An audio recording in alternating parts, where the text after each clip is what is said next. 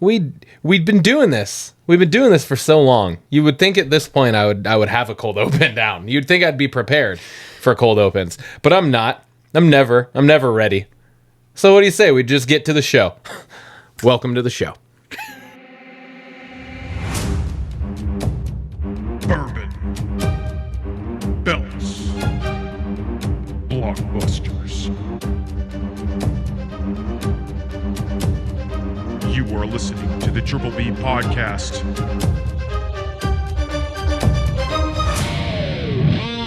Let's fucking go. Hi, Tim.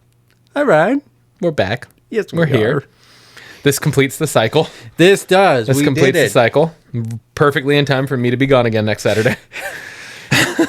I mean, it gives us, this is a 5-week month, so it's true. There's no special segment next week. True, so. true. Yeah. Yeah, we completed the cycle. We made it 4 straight episodes. Hey. Without either of us having to be gone. Winning. So, and today was close. Today was close because I was almost driving back from Moses Lake this morning. And you have a concert tonight. So it was close, but we came home last night. We were able to pull this off in the morning. Look at us. Look at us. Just look at us. Oh, I'm looking. But that being said, to complete the cycle, we got a cocktail. And as you will see in our socials, this cocktail was inspired by, and just me finding the cocktail. I didn't create this cocktail, but just the idea of this cocktail was inspired by the fact that we went and saw Miss Hillary Duff, the lovely Lizzie McGuire, live at White River Amphitheater in Auburn on Wednesday night. Got to see two girlfriends in one night. and on her birthday, on Haley's birthday. Oh, nice. And it was a damn good show. It was a great show. It was a great show. Fun.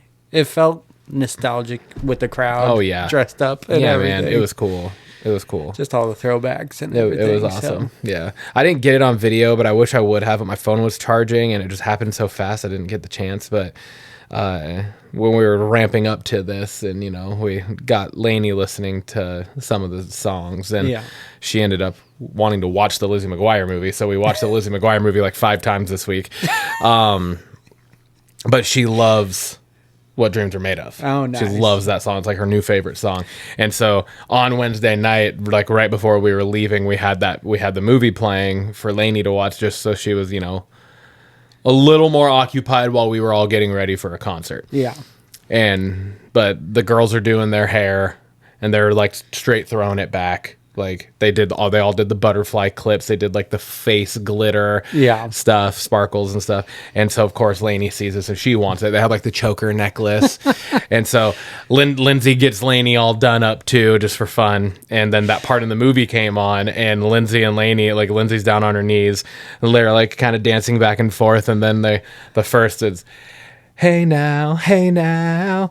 Yeah. Lindsay goes, hey now. And then Lainey leans into her and, hey now. And they're both all done up and everything. It was the most adorable thing I think I could have ever seen before. That's awesome. But yeah, it was just cool. So it's fun to be at that point where it's like we're going to throwback concerts and then my daughter is like old enough to like be interested in it and like the music and stuff. And then at the concert, in front of us, there was a couple gals and their 2 daughters, and like each daughters. And I mean, they were probably only like 2 years older than Lainey. Yeah, maybe 3 years older than Lainey. They were like right around 5. Yeah, maybe 6. And the girls are just dancing, and the moms are dancing and singing, and me and Lindsay are just like this. We're like, we can't fucking wait to take Lainey to a concert because she's gonna love it. No kidding. It was just fun. It was a great show. It really was. But it really was. Let's get to the important part here, and that is drinking. So, again, What Dreams Are Made Of. It was the encore finale song. Yep. It's, arguably her number 1 song, most popular song. It's the pinnacle of that movie, What Dreams Are Made Of. And this is called The Julep Dream. So, it's a play off of what also happens to be our favorite and pinnacle of our cocktails, which is the mint julep. So it all kind of just works together here. But what it is 2 ounces of bourbon. It's a 1/2 ounce of half ounce of lemon juice. I changed it up a little bit. I muddled a quarter of a lemon into the drink instead of just squeezing the juice. So still fresh lemon because you know how we do it. And then like 8 mint leaves and a quarter ounce of bourbon. Or sorry, quarter ounce of bourbon aged maple syrup. Yes. I muddled the mint, the syrup, and the lemon. Poured the bourbon in, shook it all together, strained it over a nice large ice cube, and then topped it with some seltzer water. So I'm gonna give it the old little finger blasty of a stir here. I'll join you just to make sure we're delighted. Ting ting ting ting. I wish I could do that. I don't know how to do that. I just go. Sound like a granny taking out her false teeth. Oh yeah, cheers. Cheers, Sorry, man. Got a little overzealous. I'm so excited. It just doesn't fail. It doesn't fail. You put julep in the name, it's gonna be delightful. And it is. You got mint, you got lemon, you got the maple syrup, you got the bourbon. It all blends perfectly. The flavors come together. It's like a nice, beautiful flavor orgy on my tongue. The syrup doesn't. It pops through like kind of near the end of the drink, but it comes through and it. We were talking prior to making it like the mint and syrup combo is interesting, but it ain't bad. No, it's not bad at all. It's not bad at all. I'm going 10. I'm going to 10. I'm going 10 too. Yeah, anything with the julep in it's a 10 out of 10. The julep never fails. Can't miss with it. The julep don't miss. It's like mellow. It's like mellow. It really is. This the julep drink is him.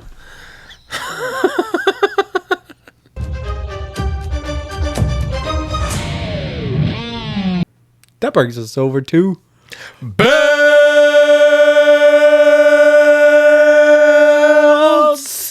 Ding, ding, ding. Let's fight.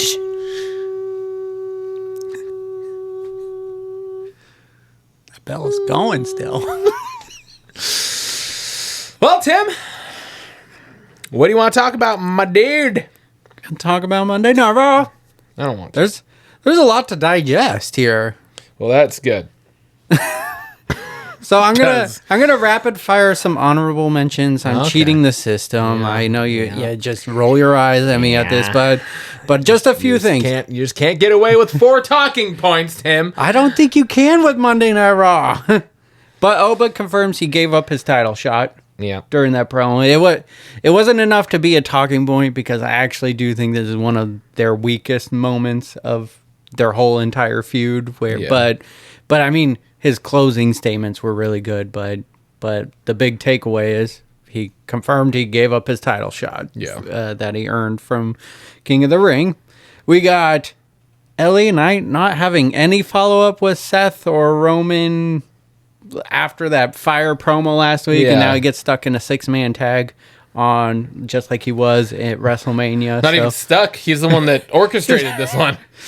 I wish there was a little more build up to him teaming up with Solo, because the last time they talked was like, ain't no way it's gonna happen. Yeah. And so nothing's really happened. I know Solo's helped Knight a couple times, but and then Big Cass is coming back. Maybe with Enzo Amore, but there was a little promo saying August 3rd, Big Cass is coming back. I missed that. Didn't even see that promo. Yeah, there's a little vignette. August 3rd, night after SummerSlam. He's coming back. They didn't confirm if Enzo Amore is coming back, so it could be Solo, but hopefully it's the tag team because they're so over together. Yeah. And then Lyra's look was kind of over the top. Like, I get delving into madness, but she looked like a crackhead. But this is literally just like the same fucking storyline they ran with Bayley last summer or whenever that was, earlier this year maybe. I can't remember exactly when that was, but Bayley never looked like that. No. Like, this is 1 week you just attacked your best friend and all of a sudden you're on fucking meth. That's what it looked like. I was just like, I get looking like down, but this was over the top. Like Jamie Lee Curtis in Halloween Resurrection at the very beginning looked better than fucking Lyra did. She was actually at a mental like an insane asylum. Yeah. I like the tie there. I love that. All right, those were my rapid fire. Nothing big. Yeah. All right. My number one talking point is Roxanne needs out of the Judgment Day. Her match with Io was so good. It was great. She needs to be, at minimum, running the mid-card feuds and be the IC champion or presence in it, because she is so good. It was a very, the now or, present versus the future match. It was really good. Very solid match. And I just want Roxanne out of the Judgment Day so she can shine. Yeah. She's a good heel on her own. She could be a babyface. She guts it all. So she doesn't need Judgment Day for that. Yeah. Yeah, I agree. For sure. I think the entirety of Judgment Day should just if anything, just let Dom and Liv be their own entity. They don't need to be the Judgment Day. Agreed. JD should be in the IC hunt, Absolutely. So I agree. Freaking let him challenge for the AAA Cruiserweight. Yeah. Oh, God. Him and Ray Phoenix would put on a fucking clinic. That would be a great match. That's true. He could jump around. It doesn't matter. Why can't the Cruiserweight be defended on Raw? That's true. Why does it only be defended on SmackDown? They just make up rules as they go. Yeah. They really do. Yeah. Well, foreshadowing. All right. The Vision Alpha Academy segment. It was started off as a hot mess. I hated the beginning of it. Tozawa kind of made you believe there was some emotion there. Yeah. And then Otis just couldn't get any words out. Maxine was just mumbling over words.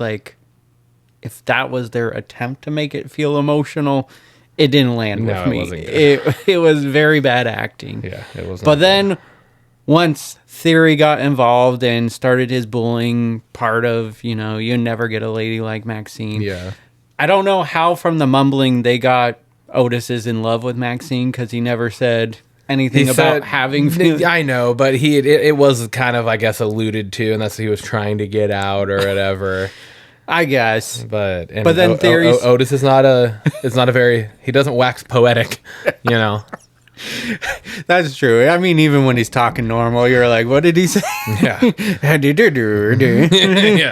Yeah. But Theory saying you can never get a woman like Maxine. I mean, if you rewind a few years ago, he had a storyline with Mandy Rose, and they were a couple. So, yeah. I mean, I think he can land a woman like that. True. According to WWE storylines. Yes. But when it got really good, where the segment got really good, was when Otis went on a rampage, started taking out all of the Vision, and then the low blow, his selling of that was just gold. And then from there, the Vision got heat back. Maxine's facial expression when the change happened too. Yeah. It was very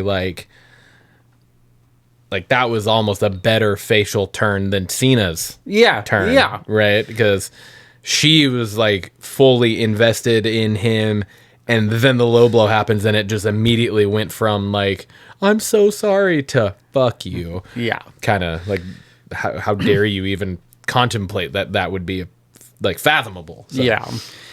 And then I guess the other big takeaway is backstage, Paul Heyman says, "You don't need me no more," and walked away. So he's not part of the Vision anymore. All of a sudden, I don't know. And then I don't know. And then what a step down for Braun Breaker. All of a sudden, he was going for the World Heavyweight Championship, going against Seth Rollins, and now Theory is the forefront. Theory and Maxine are the forefront of the Vision. So it's interesting. It's interesting. I'm wondering if it has anything to do with the fact that how many times throughout that feud did Braun Breaker get hurt? True. Yeah. You know what I mean? Yeah. And maybe they're let's put you maybe he's still healing from something, and so he can do certain things, but they're trying to keep him out of a primary storyline, maybe just to let him fully heal. Yeah. I don't know. Yeah. I'm trying to give benefit of the doubt here, but I'm not hoping this feud between Alpha Academy or anything goes to a PLE. I think it's just a straight on Raw feud. Yeah. But But I mean, Alpha Academy has proven that they can get the crowd behind him, and Otis has that ability. He's good when they let him be good. So, Yes, so I hope this is a moment, but we'll see. We'll see.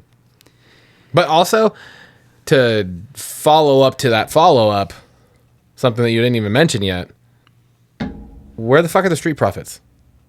Yeah. They get fucking low-blowed and essentially screwed to lose the titles, and then they're just nowhere to be seen on Raw. They haven't been seen at all since. So it's just like, what? Like, where are they at during this or what? Any of it? Like, it's not like they're just, oh yeah, we lost, moving on. Like they held the title for like 2 weeks and then get screwed out of it, and then there's just nothing, no follow up there. So. Nothing on there. Yeah. A lot of inconsistencies around storylines right now. That's true. I did not even think of the Street Profits, even though they just lost the titles a week before to Shady Methods, So.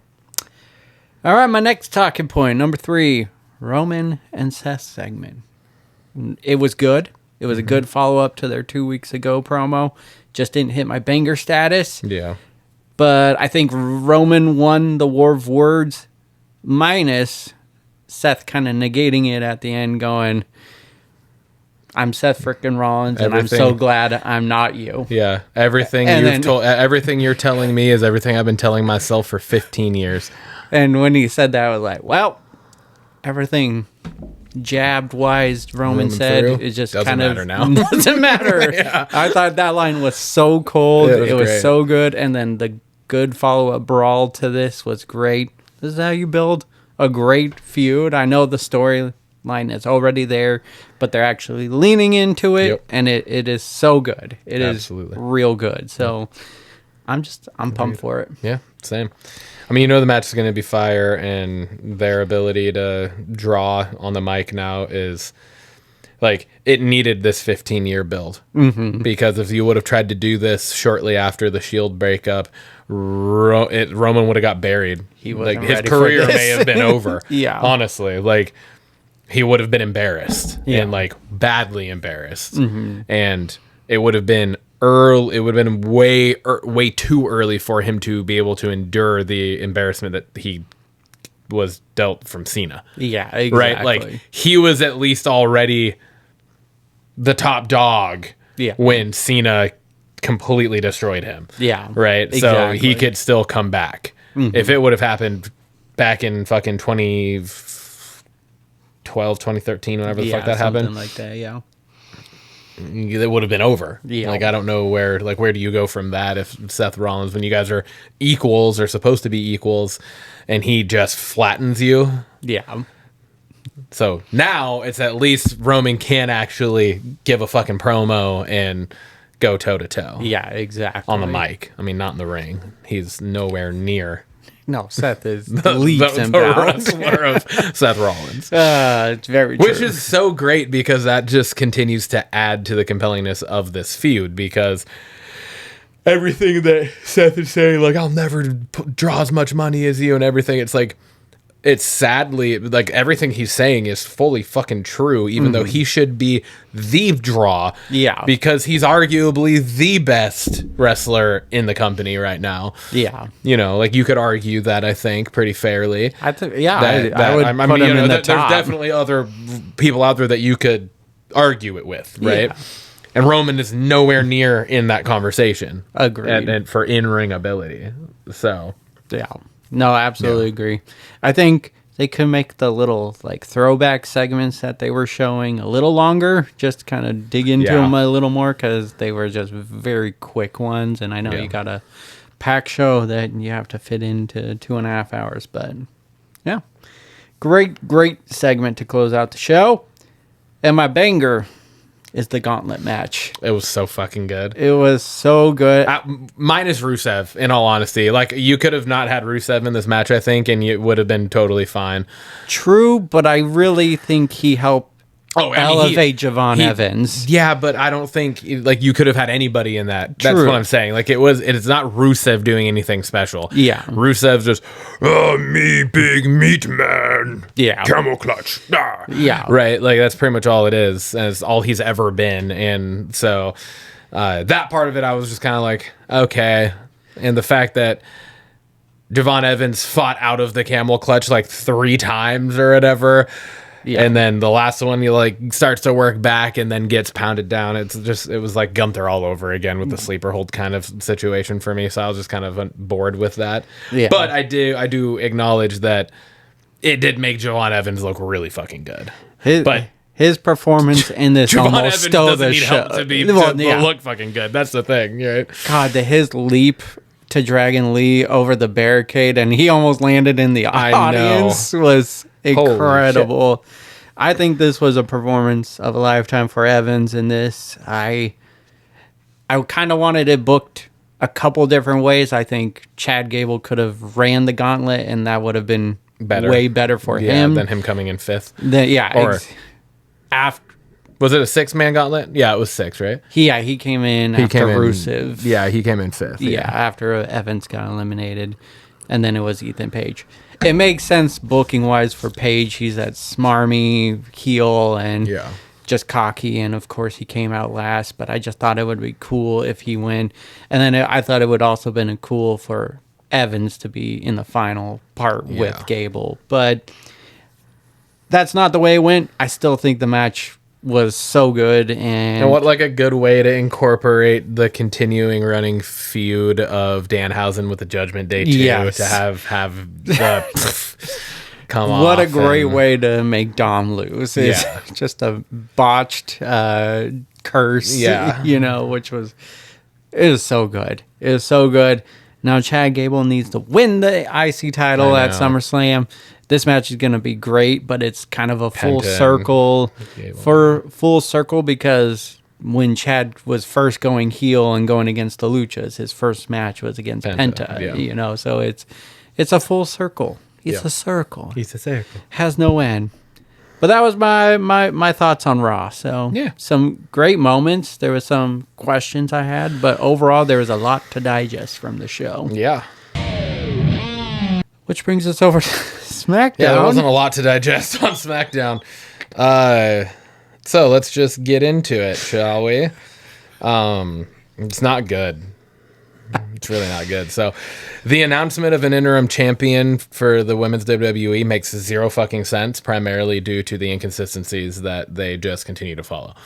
No one. They either just like, she's not going to be able to defend it at SummerSlam, so we're going to do an interim. What about the fact that Liv Morgan has held the championship for over 90 days and hasn't defended it once? Not once. How about the fact that Roman has held the championship for 40-something days, 50-something days now at this point probably, and has not defended the championship? He defended it against Jacob, yeah. Yeah, but one time. Was that Clash?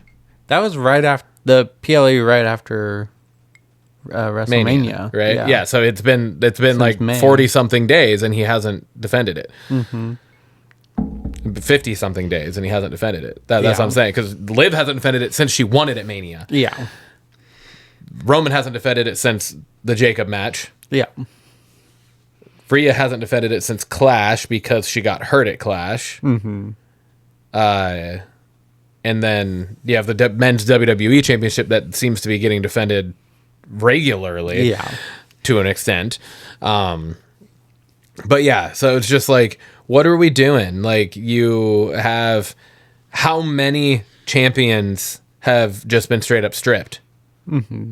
Rollins got stripped. Yeah. And he came back pretty quickly. Rollins has been stripped of the title a couple times throughout his career. Balor. Yeah. Right? Fucking, there's multiple to choose from over the last 15 years. I mean, Rhea got it stripped from her before, you know? And so, I'm just like, if you're going to do it, then as much as I don't want Rhea to not be the champion, but it's just like, then fucking strip her of the championship. Yeah. And have this ladder match be just like, this is just the champion. And then when Rhea comes back, you can have her fight her way back and get the number one contendership. Yeah. Right? But I mean, like, Seth's like almost entire fucking ego for the last few years has been getting back the championship he never lost. Yeah. Right?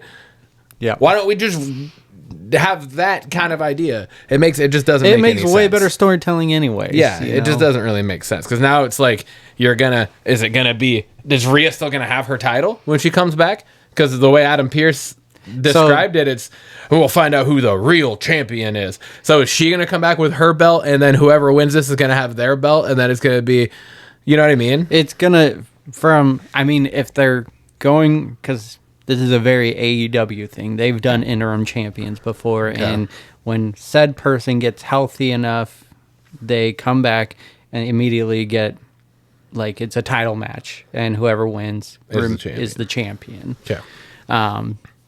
So I don't like it. So in that match, then, is the interim champion, because it's an interim champion. It's basically the title's vacant at that moment. So what if a DQ happens? I don't even, because WWE will do that. I don't know. I know. Yeah. No, I really don't. They'll turn it into a triple 5-way. Yeah, I don't. That's 15 women. A triple 5-way. Yeah, I don't like it. Every just clan for themselves. Because it is.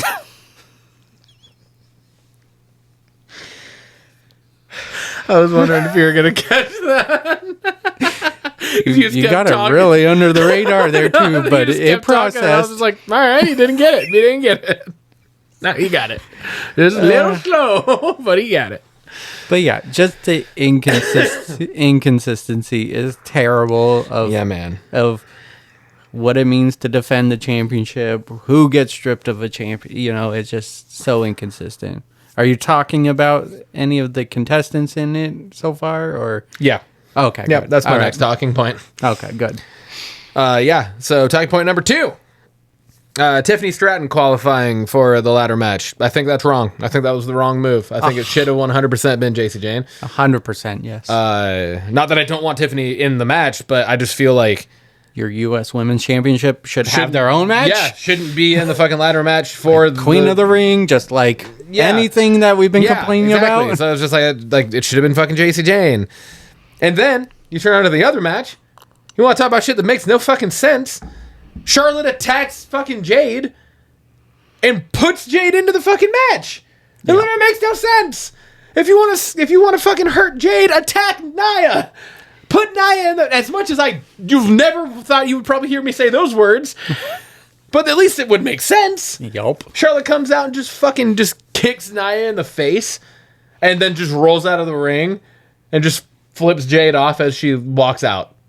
Yeah. That storyline. Because then you end up with Charlotte's match next week. Wouldn't have to be against Nia Jax again. Yeah. Because now you have Nia Jax in back-to-back weeks of qualifying matches. Doesn't make any fucking sense. So you don't have to have Nia in it again. You just have Charlotte against whoever else. You have Charlotte against Michin or some bullshit. And then you have Jade come out and do the same thing. Yeah. Then you have Jade versus Charlotte at SummerSlam. Did we not just talk about how they were doing an actual decent job of building their feud, not revolved around a title? Yeah. And now they're in, because we know, Jade's going to come out and attack Charlotte and screw Nia again. Yeah. And then that's probably going to lead to Nia coming in and taking both Charlotte and Jade out in the ladder match. Yeah. Yep. It's just like, what are we doing? It makes no sense. JC should have won. JC should have won. And yeah, that's a mess. I rolled my eyes at both matches. Yeah. My third talking point. It also makes no sense. The fucking stipulation for the WWE the men's WWE championship. I don't understand. Gunther literally just attacks and destroys his fucking admin. Yep. The general manager of SmackDown just destroys him. Unprovoked, really. Just kills him in the ring. Yep. Enough to not be on the show. Turned around, And Nick Aldis, he was adamant that it continues. In what world?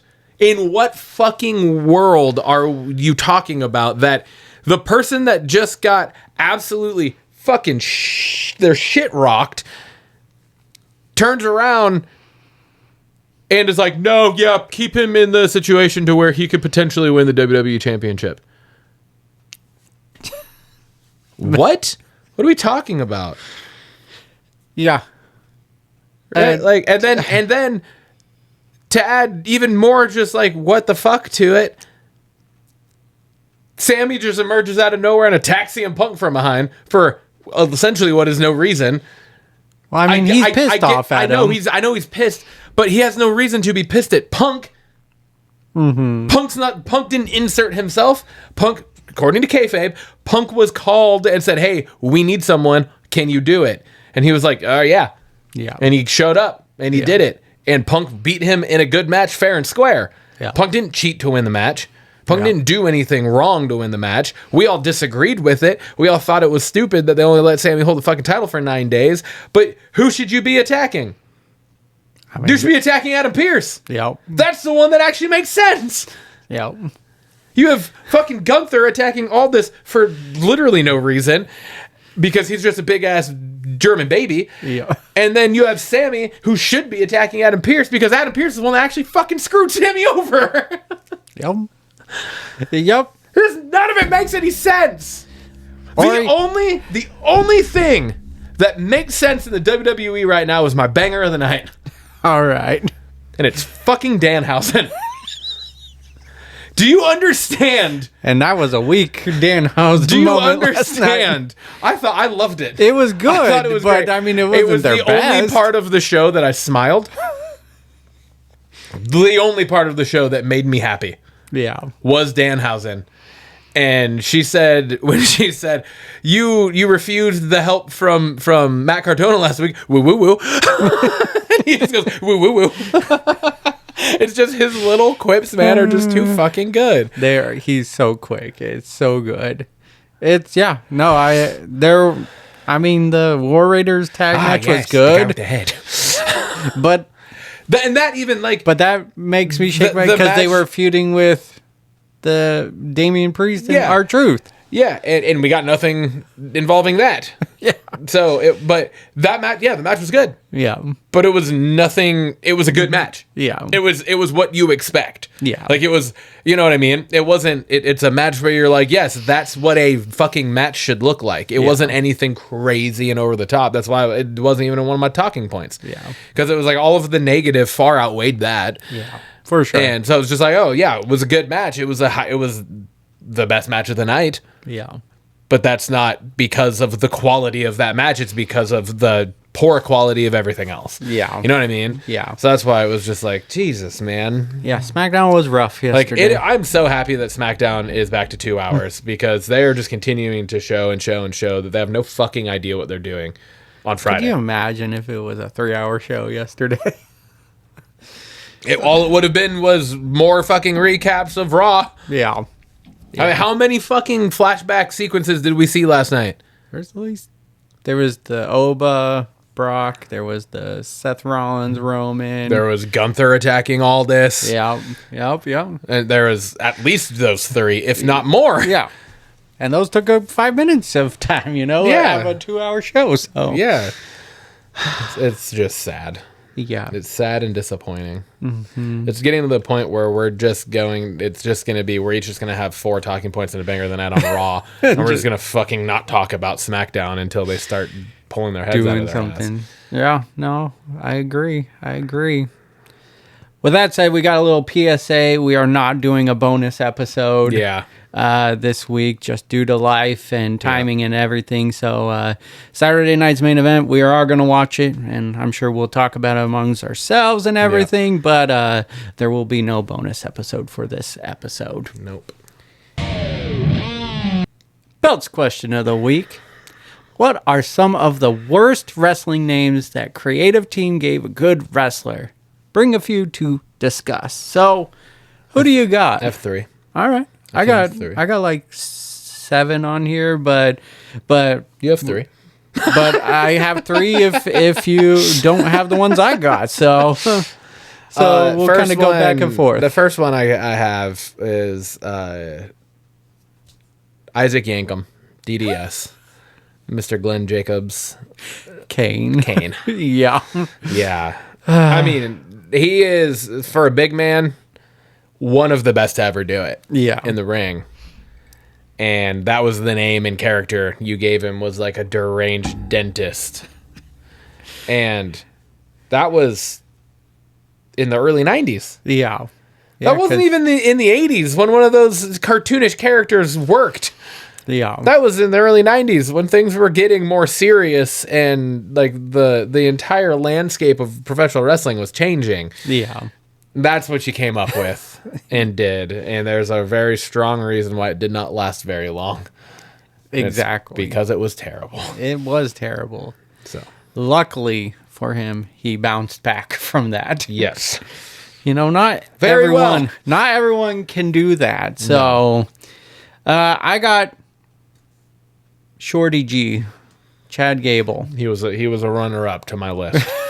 Yeah, Shorty G. That was real bad. Who thought in their right mind that, Shorty G is going to get over with fans? Mm-hmm. And luckily for him, he's a great wrestler and has prevailed that and everything. But Shorty G, holy shit. Yeah. Yeah, not good. Not good. At all. Yeah. All right, what else you got? The next one I have is the Ringmaster. Steve Austin.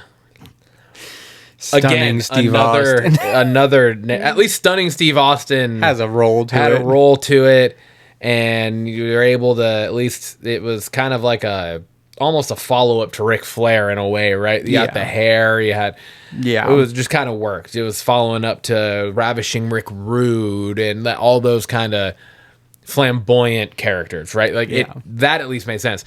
But the Ringmaster, and wasn't really any like real great special character outfit or anything. But the Ringmaster is just like a stupid name. It was a name that you would have expected back in the golden era of wrestling, right? The when you were having all of the kind of just crazy characters going up against Hulk Hogan, and so you would expect the Ringmaster to for sure be in that grouping and not have it be Steve Austin in the 90s or whatever it was, right? Like, again, just another one where it was just like a terrible name fit with one of the greatest performers of all time. So. One I got has a legendary name, but they changed his name and brought it back, obviously. But Chavo Guerrero got his name changed to Kerwin White. Kerwin White. And I mean, why? You say no more. Why? Yeah. You got the Guerrero name. Was that when he did like the tennis? Like he was like all in like the tennis outfit. Yeah. Essentially, like he just looked like he was going to a tennis club. Yes. He had the sweater vest and who was his little sidekick guy? I think he was the sidekick to someone. Like, was he the sidekick? I want to say he was the sidekick to like the GM or something. Okay, yeah. He practically was only in backstage segments during that time. It's just, this is post Eddie's death, and he should have gotten some good push post that with just the name. You could have used that. The same thing that you could have done with Bo Dallas. Yeah. Right? Like you could have used it in honor of and pushed, and the fans would have been behind it. Yeah. And we got Kerwin White. Yeah. That one just stuck out like a sore thumb. That's how much WWE loves their fans. Yep. My last name that I have is nowhere near the like caliber, at least like had the potential, could have been, but I think this is the biggest one of the ones that we could come up with where like the name actually I think kind of ruined him. Yeah. To an extent. And so like the in-ring work that we ended up getting pales in comparison to the first two that I had with Kane and Stone Cold. Yeah. But it's meat. Sean Stasiak. Like the name, that whole fucking character arc was he was portrayed as like an exhausted ladies man, and his name was Meat. But I mean, dude, the dude had the body, he had the physicality, he had the in-ring ability. He's a second generation star too. Yeah, so it's just crazy. It just that's a hard one to come back from. Yeah, and it proved it, because I can't remember if that was it, or if he did come back after that and wrestle as Sean Stasiak. He had a little stint as I was going to say, because I know he had a stint as Stasiak. I just can't remember if it was before or after Meat. I want to say it was after Meat, but it was still, not a lot. Yeah. Again, hard to come back from in certain situations. All right. So, I mean, a lot of these ones can kind of intertwine, but this one, Dolph Ziggler. I never really liked his name. I like Nick Namath. I know they're not always gonna give you your real name and everything, but he was Nicky. I'm sure they could have come up with a name around Nick. Yeah. But then he turned to Dolph Ziggler. Even if he was just called Ziggler, that would have been better. Dolph just kind of throws it off. Luckily for him, he had success under the name Dolph Ziggler and everything, but I just don't. I do agree. I think that I don't think that's a good name. Yeah, and so I agree that even just the last name itself, just wrestling as Ziggler, would have been fine. Yeah, but I mean, or like Nick Ziggler, something like that, like would have been fine. But just something that rolls better than Dolph Ziggler. Yeah. At least he had a banger theme and phenomenal in the ring, you know. So that was good. Some of my other ones. That's another character to go back to. I think an old question that we've had is like, who's like a really great wrestler with a really weak finish, and the zigzag is not a good fucking move. No, like terrible. So bad name, bad finishing move, but phenomenal in ring ability and phenomenal entrance music. Like he was the one, like, because he kind of started tuning up the band. Like the Sweet Chin music would have easily been his. Could have given him that, and he could have actually used it. Yeah, and it might have saved us from the fucking world of super kicks happening like a bag of popcorn. It's basically just it's a big like a kick. Yeah, it's just a kick. Some of my runner-ups was Dewdrop, Piper Niven. Yeah, did not deserve Dewdrop. No. Husky Harris, Bray Wyatt, why? Michael McGillicuddy, Curtis Axel. Axel. You could have given him the Hennig name. And the other one I didn't list, but Braun Breaker. Why not just give him the Steiner name? I know. There's so many Brauns already, like Bronson Reed, and at the time Braun Strowman was there. Yeah. And then you bring Braun Breaker, I get you want to get out of the shadow, but I mean, just lean in. We all know your family There's a lot of history to be shown that second generation wrestlers or third generation wrestlers, any of it, that try to break out from underneath and go by their own thing, haven't panned out. Yeah, most of them haven't panned out. There's not very many that are multi-generational that aren't using the family name, that are in WWE at least, that are good. Exactly. Fucking Tamina was a snooka. I think she's still signed in WWE. It hasn't been on anything. Curtis Axel. Yeah. Fucking The Rock's daughter, Ava. Oh, Ava. Yep. Right. That was a shit show. Yep.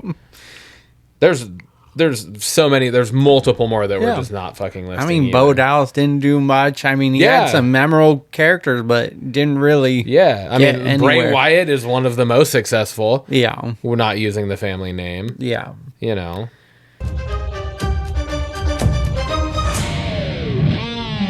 That's gonna bring us over to Blockbusters.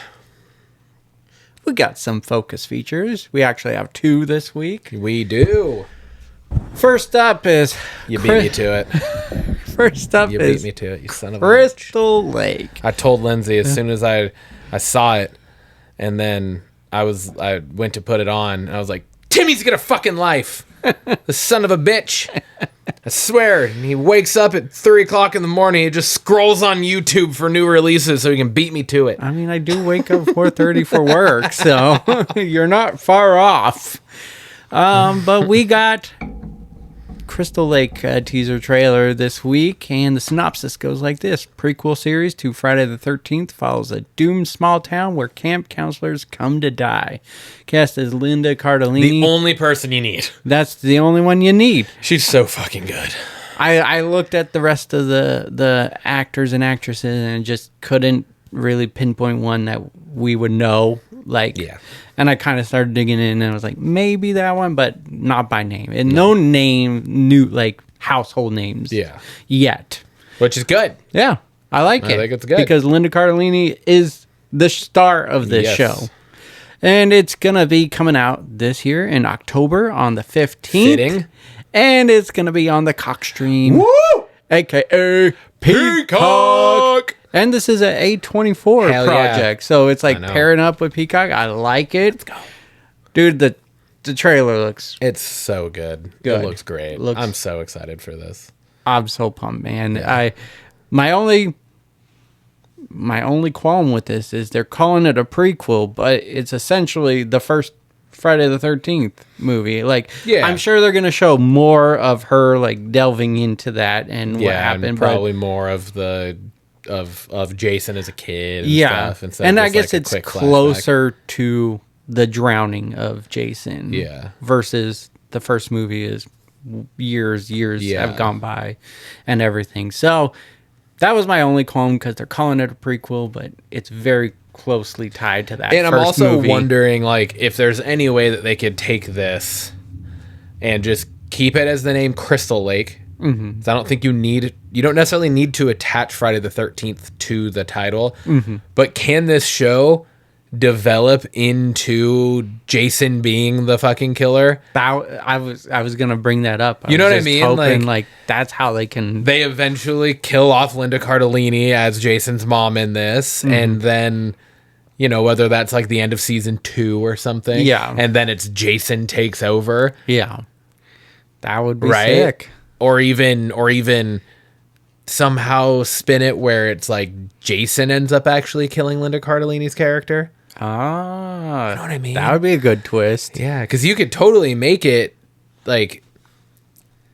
you could have it span multiple seasons even with Linda Cardellini, and then showing her aging, and then as she gets older, and then Jason, because now that fits to where Jason would be the full grown undead Jason, right?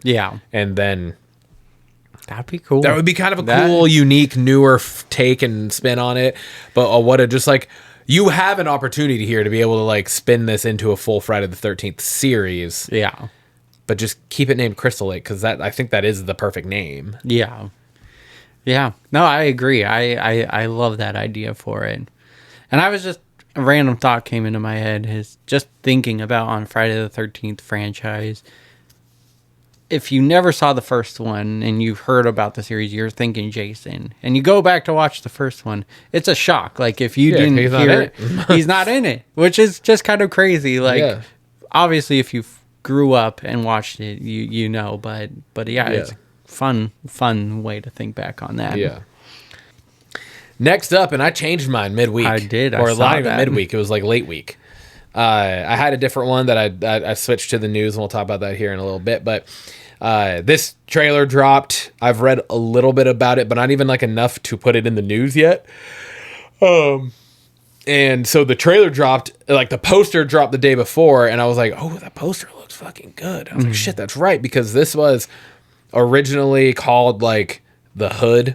And Benedict Cumberbatch was attached to it, and then they changed it, and then it went through another overhaul and upheaval, and it ended up being named, I forget the other name that they had for it. There was a different name for it, and it was Matthew McConaughey. Oh wow! Attached to it, and then things changed again, and so this has been a long development.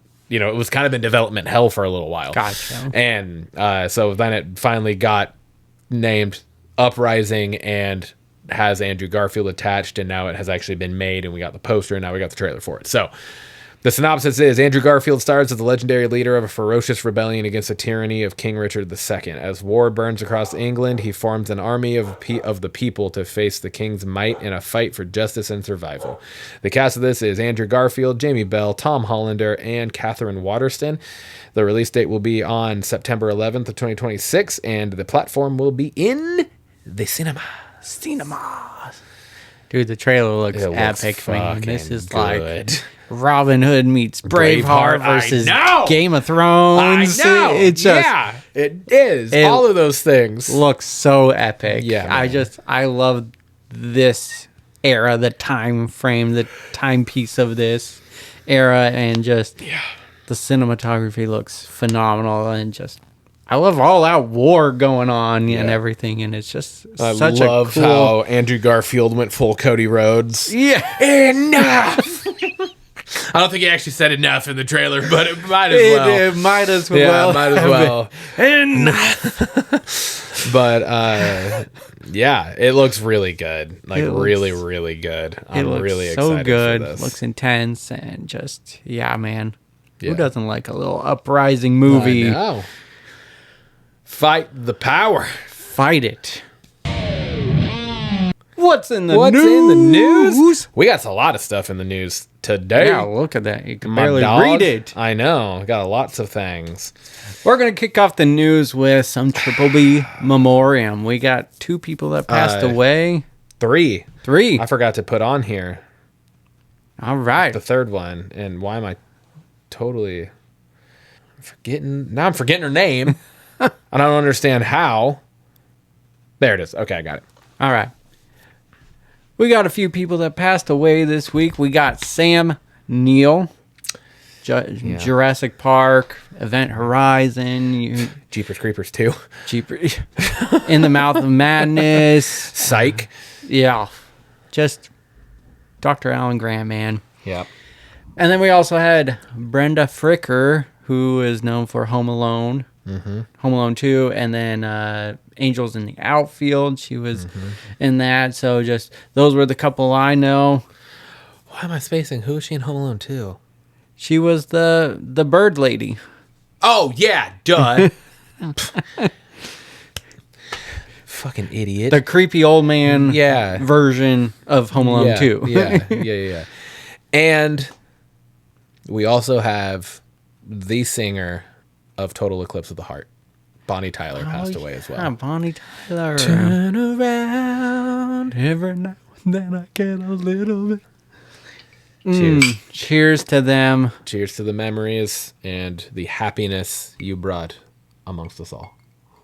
All right. We got a few trailers out. We got the official Digger trailer. Dude, this one looks hilarious. Like Tom Cruise is almost unrecognizable. Good, but John Goodman, yeah, dude. I was like, whoa, let's go. I know everyone's looking a little different, but the trailer looks just so good and just. Well, John Goodman's character in this too is like I'm assuming fighting some form of cancer as the president because he has like the oxygen, like the oxygen tubes on at the one part, where he's like. They're like, Mr. President. Yeah. And the cat throughout it, just at the end. Oh my God. It's just, this looks kind of like what we talked about before. It said dark humor, and that's what this definitely leans into. But how long do you think she's got, Doc? Anywhere from 2 weeks to 5 minutes. Not usually the order of which you deliver that type of news. That was good. It looks fantastic. Like everything because we've talked about this multiple times, obviously, and everything we've kind of read is like this is like if it hits, this is going to put Tom Cruise in like Oscar worthy conversation. And just the trailer, like I'm like, yeah, I can totally fucking see this because this is a almost 100% change up 180 U-turn, whatever the fuck you want to call it, from everything and anything he's done. Yeah, exactly. Like, this is unlike anything we've seen Tom Cruise do. He's wearing, he's in the prosthetics and stuff. Like, the closest thing is Tropic Thunder. Yeah, exactly. Right? And that was a very short, like, he didn't star in that movie. Like, that was a small... I mean, he might as well. But. Yeah, but he was a small cameo role. Yeah. Where he only had, a couple minutes of screen time. But, like, this is him the entirety of the way through. Yeah. And it looks great. It also, I'm like, I still don't really fully understand what all's happening, but I know it's like, he's like the cause of this, but now he's also trying to solve it. Yeah, right. Exactly. And it's like end of the world style, kind of. Or maybe a war or something. Like, I can't remember. And in the trailer doesn't necessarily really tell you that. I think they mentioned like nuclear war or something. Yeah, but it also like doesn't need to, because the trailer is so entertaining. Yeah. So, yeah. Next up, we got I Play Rocky. This was a previous talking point Justin brought up on one of our episodes, and we got the official trailer for this. This was close to being my focus feature this week. It looks so good. It looks incredible. The guy they got to play, Sylvester Stallone. So good. It looks so good. Just like him. And during the making of the first Rocky, right? Yeah. Like, the young Sylvester, like, he's like training, he's like running, like sprinting down the beach or whatever. Yeah. Like, I'm like, that looks like it's straight out of the movie. Like, it's like, what the hell?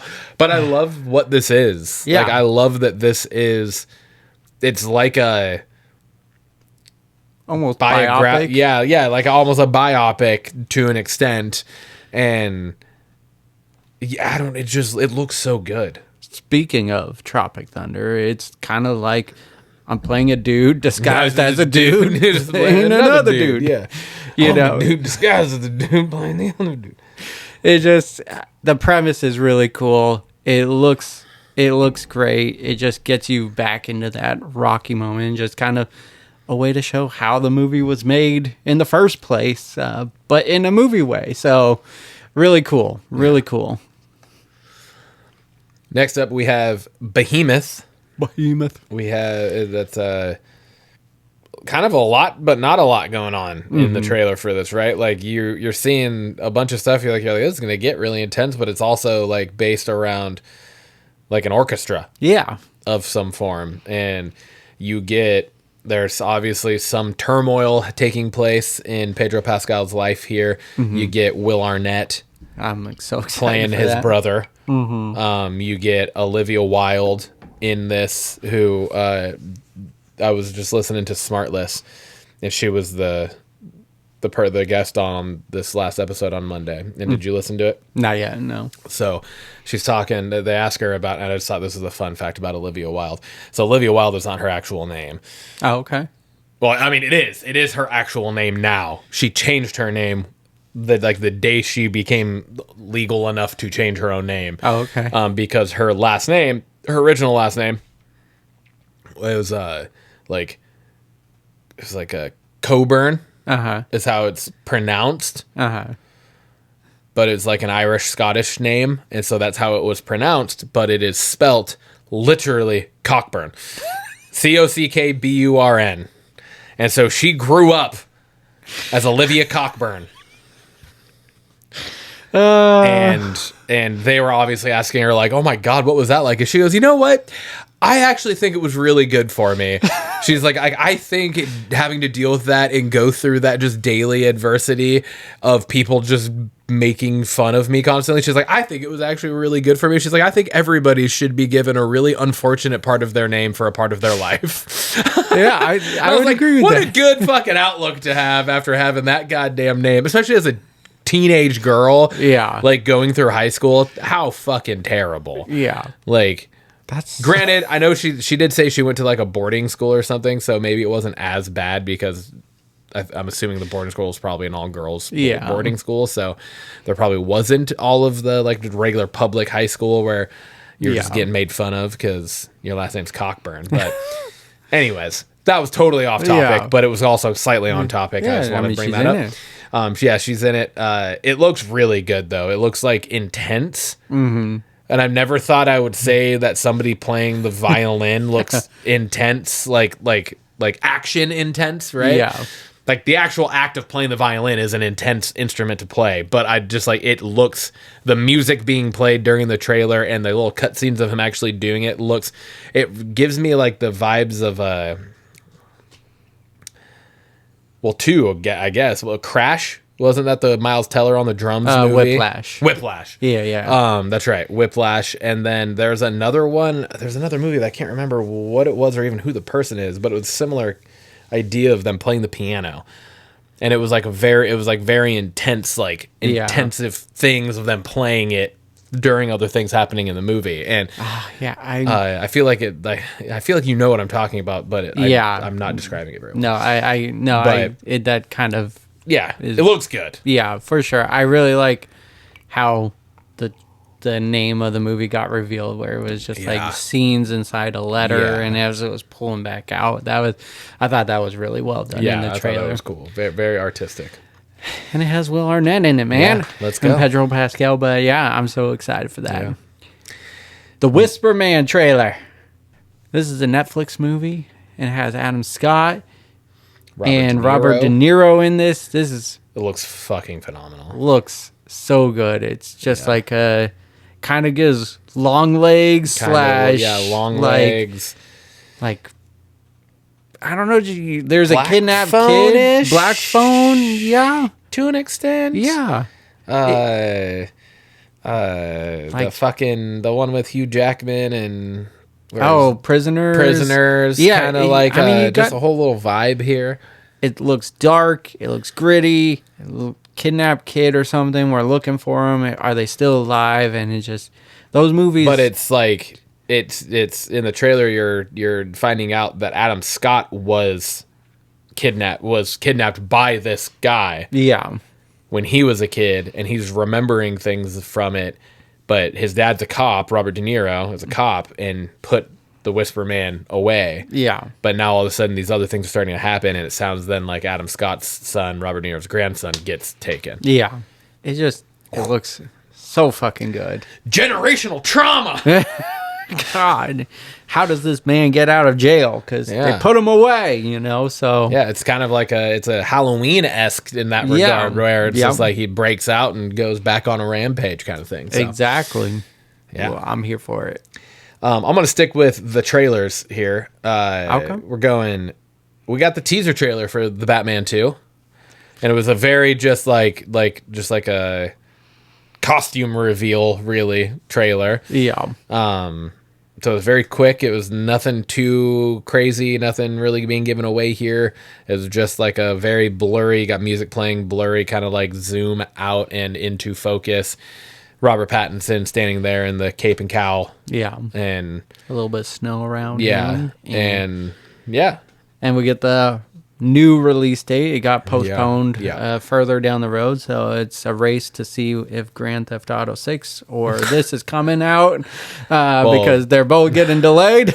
Grand Theft Auto 6 is coming out in November. Yeah. But didn't this get delayed to fucking... This is coming out in 2028 now. Yeah, that's what I thought. February this coming out in 2028. Yeah. So. But it's been in like... Is it coming out? And then they came out with a date, and then they pushed it back, and now they're pushing it back again. But if they do it right, it'll be all worth it. So the first one was amazing, and I believe in Matt Reeves' vision behind this. So it can only be good. Yeah. All right. Next up, we have The Incomer. This it looks funny, crazy, heartwarming, like kind of just wild. You got I don't know his name. Oh my lord! But he's from the paper. Yeah. Oh, it's on the tip. But anyways, you have him. He's like the person that serves like eviction notices. Yes. Right. And so he gets sent to this island to evict these two people on this island that was thought to be a vacant island, but it is actually populated by two individuals who like grown up there, and they're like wildlings kind of, right? Yeah. Like they were born there. They were raised there to defend the place. Anyone, and that's where incomer is. That's what they call people that come to the island. They've been training their whole lives for it, and he gets there, and they kind of attack him, and then he ends up like talking them down, and then they kind of become friendly. But then his company shows up, and a frenzy seems to be happening and taking place, and it's like a dramedy kind of. It seems like it definitely just hit like all those points, like heartfelt, but also like intense, and then also just funny. It just looks like it's gonna hit the nail on all of it. But just what a cool little premise of a movie behind it. Just coming to a small island to evict 2 people, and then it turns into the whole thing. But I like it. I'm excited. Same.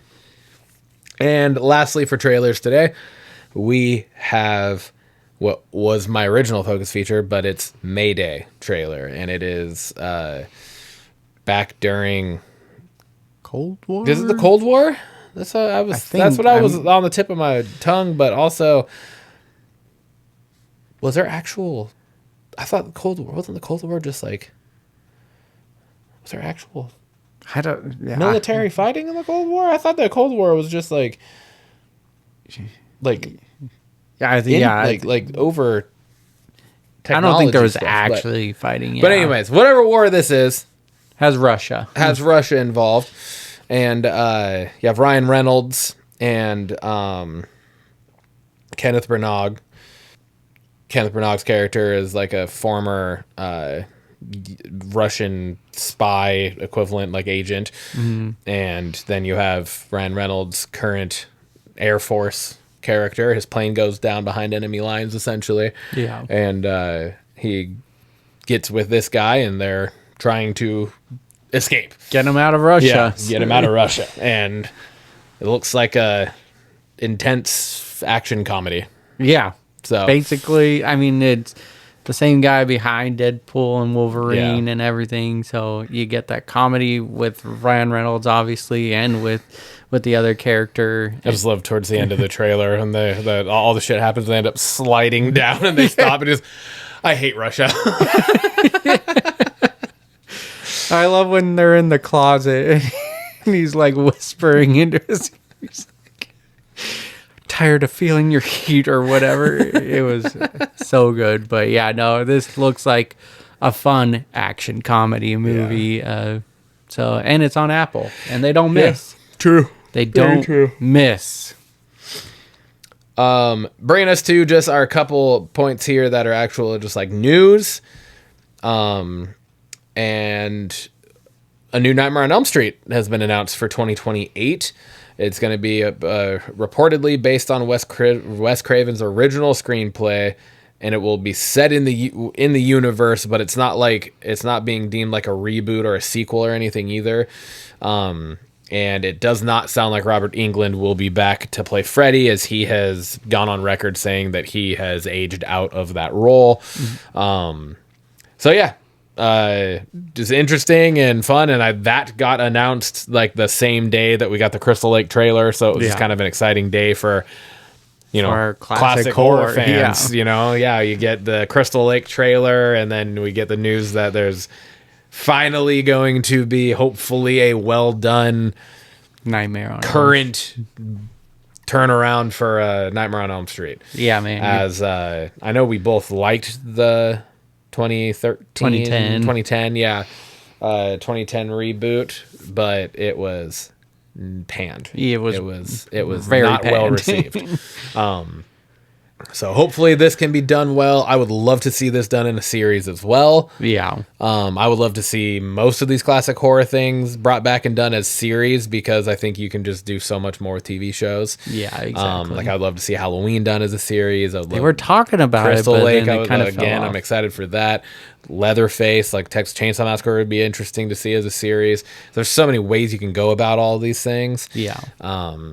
And it could make it really fucking We saw good. what Welcome to Derry can do, right? Yeah, true. So- And I'm just like, think about Freddy. Like, each episode could be a Dreamland kill. Yeah. You know what I mean? Mm-hmm.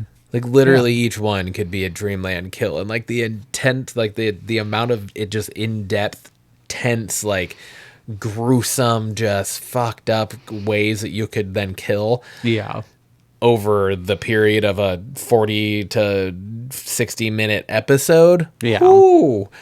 The ability to be able to just like have people on the edge of their seat through that would be phenomenal. Yeah. Yeah, I'm super excited for that. You beat me to the news on that one. Yeah. And I'm obviously Robert Englund is a fucking just national treasure when it comes to the horror world. Yeah. But I'm down to see somebody new with a new take play and don't hold back. Yeah. Like fucking cut loose and go for it. But it needs to be I don't want you to fully redo the Freddy look. Yeah. I think that is part of the issue that the 2010 had, was they made it look more, they try to make him look way more like realistically like a recovering burn victim. Yeah. Where like the classic Freddy, keep it. Yeah. Keep it, but have it be somebody new and let them just fucking run with it and just run wild and see how it goes. I agree with that. And lastly, I saw this in a couple different places. I saw this in a few different things. I saw this a couple like social media people that I follow that like break news or like talk about news when it is broken. Yeah. And they post videos about it. I've seen it there. I saw a couple different articles from different sites about this. So I'm like, I haven't seen anything official from Marvel. Yeah. But it's like everything I'm reading is typically like spot on. Yeah. So if so, this has a lot of potential, and I am very interested. And this also, if this is true, gives you an idea of kind of the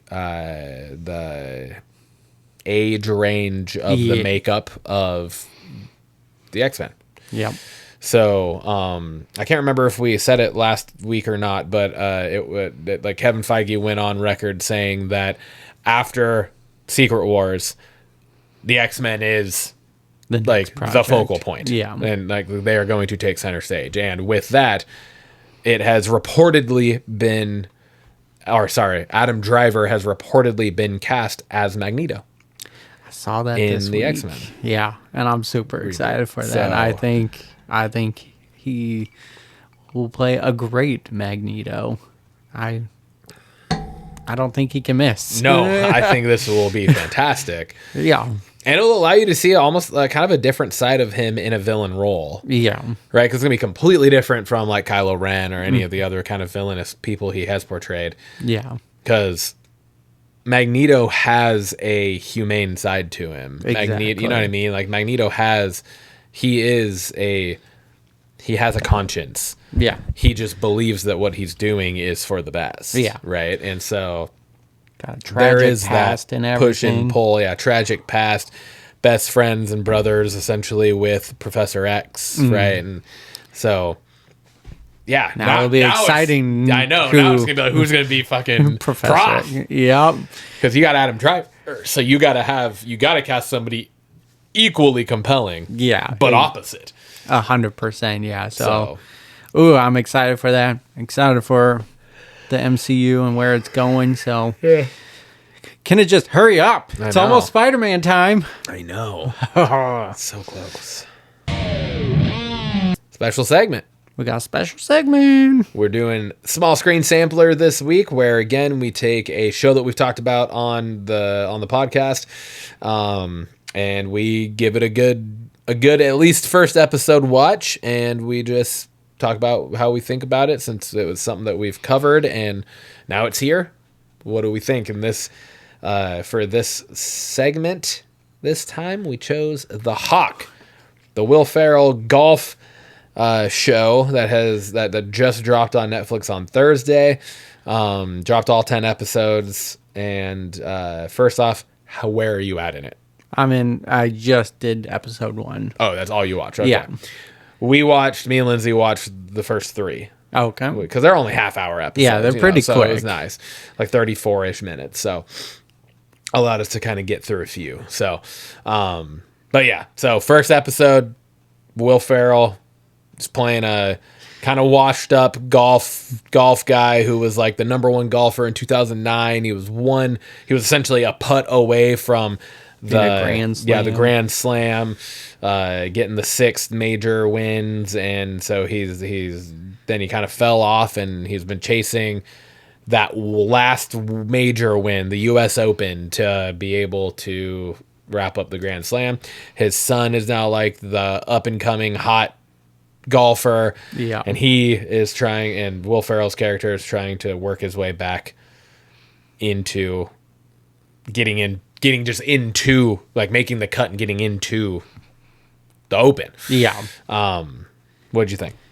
I'm having a lot. Like I said, I only watched the first episode, but I'm having a lot of fun with it. I'm not going into it thinking this is a masterpiece comedy or anything, not.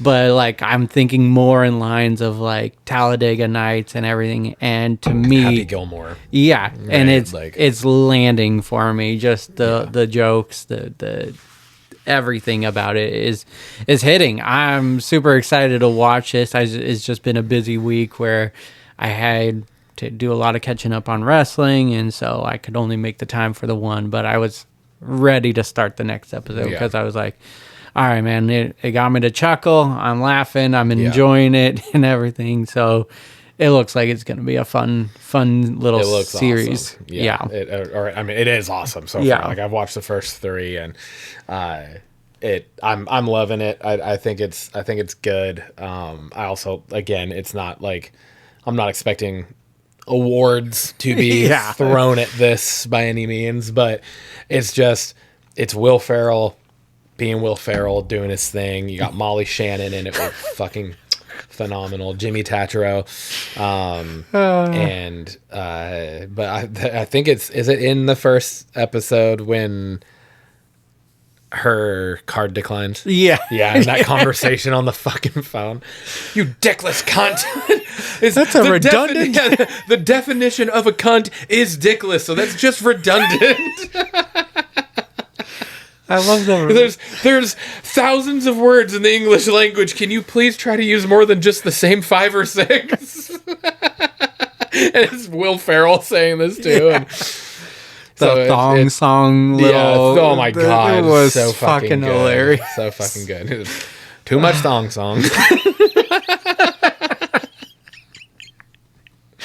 It's good so far. It's funny. It's if you need a stupid laugh, funny, and it's one where you can just turn it on, turn your mind off, and just sit there and watch and laugh and just take it at face level for what it is. And that's what the world needs. Yes. God, that whole Molly Shannon phone conversation was so Every good. part of this show so far that Molly Shannon's been in is being just gold. Yeah, this reunites them, multiple projects that they've done. So absolutely recommend, and I'm only 1 episode in. Is Lindsay enjoying it? Is she? Yeah, she likes it. Yeah, okay. She actually recommended it to her mom last night. When we got home, her mom watched Lainey for us, and so there you go. A girlfriend can enjoy, or your wife, can enjoy some dumb comedy. That means anyone can do it. Yes, absolutely.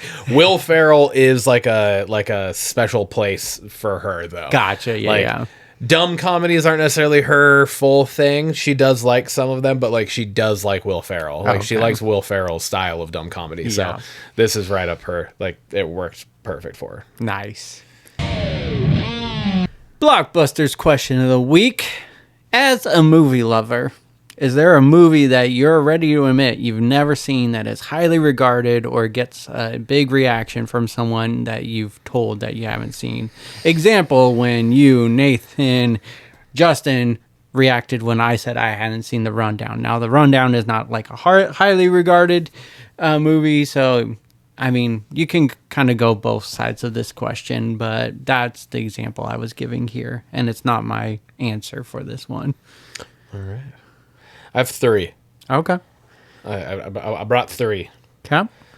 Love Actually. Oh, you haven't seen that? I've never actually seen it. I've seen glimpses. I've seen parts to it. I've seen enough to be able to understand references. Yeah. But I've never actually watched the movie. I enjoy it. It's not like a masterpiece, but it's a fun holiday movie that I do like to go back to and watch. Do you only have one? No, I got multiple. So we can go back and forth. Okay. I got Pulp Fiction. Oh.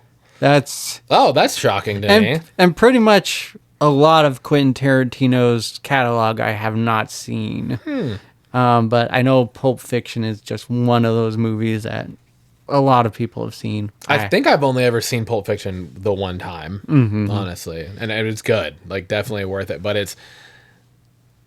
Tarantino's filmmaking is very niche, I would say, is a decent word to use for it. And so it's just like the stories inside stories that are like bouncing back and forth. And it's just like if you miss a moment and you're lost a little bit. Yeah. But yeah, no, I mean, it's good. Yeah. It's a good movie. Yeah. All right. What do you got? The Breakfast Club. Not like recently, but since dating Haley, she got me to watch it. And it's worth the watch. It's John Hughes' film, right? And he was the master of during that time. And it's just, there's so many references to future movies and just what we get out of it. So that's a solid one to not have watched. Yeah. I got Shawshank Redemption.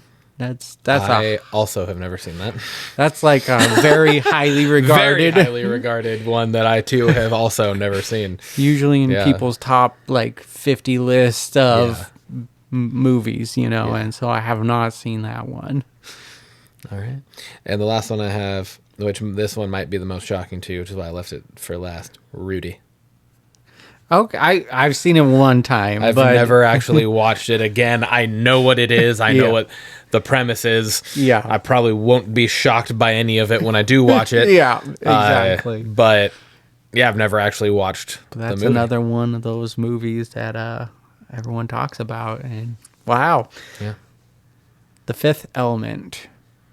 I get a lot of shit for not have seen The Fifth. Haley's given it. My boss at work I've seen it, but again, I think that's one that I've only seen like once. Yeah, maybe twice, and it was all back when I was younger. Yeah. So yeah, I mean, it's not one that I'm like, what? Yeah. Because yeah. And then just a couple. I put 5. So Good Will Hunting. I've never seen Good Will Hunting. Oh, okay. That might be the biggest shock of any of the ones that we've said so far.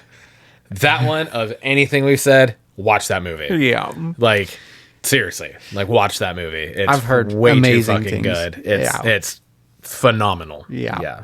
And then it's a masterpiece. And then Fight Club. I started it. Oh yeah, we don't talk about Fight Club. That's one that I think I've seen it once. Ed Norton just is not my favorite actor. And yeah. So yeah, I think I've watched it one time, probably two. But yeah, those were the movies. I thought it was a fun question just because. Well, hey, good thing neither of us had a movie on here that we were like, offended by. So at least for each other, But maybe a listener is going, "What the hell?" Yeah, probably. I have a coworker who is in his mid-40s. He's a high school basketball. He played college basketball a little bit. Never seen Space Jam. He's also never seen Mean Girls. I know. He's also never been ice skating. No, sorry. Never been roller skating. I was going to say ice might be rollerblades. Can't remember if it's blades or skating, skates. rollerblading. Either that's way. Just... He's never done it. Wow. But he's in his 40s. Come on. I know. I was doing all those things. I'm up close to 40. 38. Yeah, he's the same age as Hillary Duff. She's a year older than me. She's 38. Well, she's turned 39 in September. This year. September 28th. I turned 38 this year. She's born 87. I was born 88. Fair enough. But yes, I know. Well, that's the episode. Let us know what you thought of this week in wrestling. Let us know what you thought about any of the movies that we chose. And cheers to you. Cheers to episode 111. 111. Let's fucking